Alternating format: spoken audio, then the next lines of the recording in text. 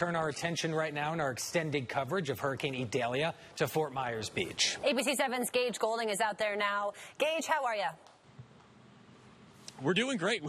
What you just saw there in the beginning was our photographer, Josh, trying to zip up his jacket with the camera on his shoulder. Josh, you're a rock star because we did that all before the toss. And the reason why we're doing that is because we're just now starting to get a little bit of rain. Hey, we've been good here for the past couple hours, knock on wood. Really, not a lot of rain whatsoever, but I don't know if you can see it. Just we're starting to get a couple of drops of rain out here. So, Josh, you wanted to bundle up.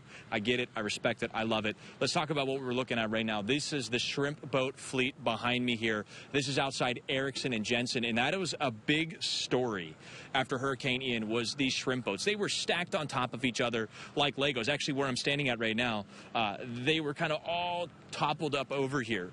They're all back in the water or salvaged or destroyed, right? So that's the good news. But the bad news is that we're still dealing with a lot of the impacts from Hurricane Ian, like docks being destroyed, these shrimp processing facilities in total being destroyed. And even look at this parking lot. I mean, this is a gully.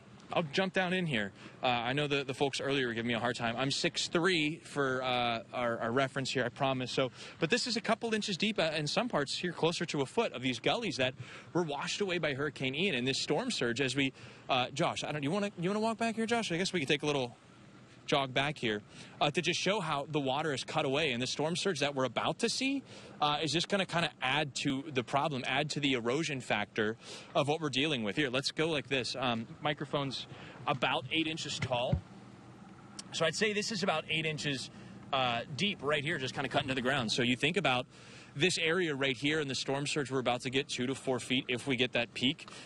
That's just what we're going to deal with. And if we can kind of spin around here, we'll do the spin cycle and switch around here. I'll show you why this is going to be an issue, because we've already seen it from earlier this morning, is water up in the parking lot like this.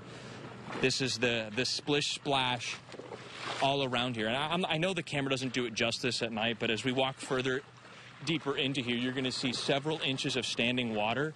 And this is just going to pond in those areas where are low-lying. So some of your streets, canal connecting streets, parking lots like this, areas that may have been damaged during Hurricane Ian, are just going to stay in it. If you kind of look at my shoe here, if we can show that, Josh, we got a couple inches that have been sitting here. And this water came in this morning around noon, I would say, and it's been here since.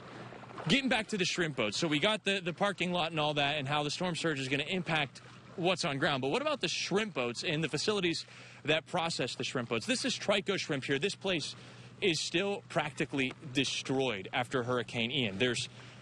I mean, this is it. You're looking at it. There's no lights. There's nothing. It's still just absolutely in kind of a ruins, if you will. I'm not really sure if we can see that well. Josh, can we see that well on there?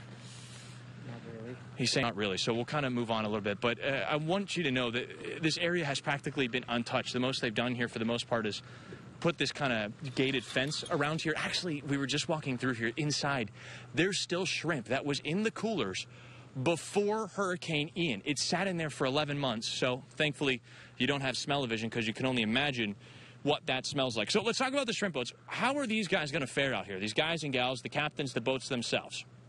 This isn't Hurricane Ian. We're not going to see those massive swells and storm surge that we saw with that storm. However, 2 to 4 feet could definitely get things rocking a little bit. I spoke with a captain not too long ago. Actually owns 3 boats here staying at Trico Shrimp, where we were just trying to show you. They are going to stay on their boats. They are tied up, and I'm not talking about with some twine or fishing line. These are huge, absolutely massive ropes that they tie one another together, and they truly are snug. They kind of fit them together. There's not a lot of room in between them, so they're not bumping off one another. They're very tight and snug, and they're tied to whatever, bringing it back to the docks and pilings we were talking about earlier.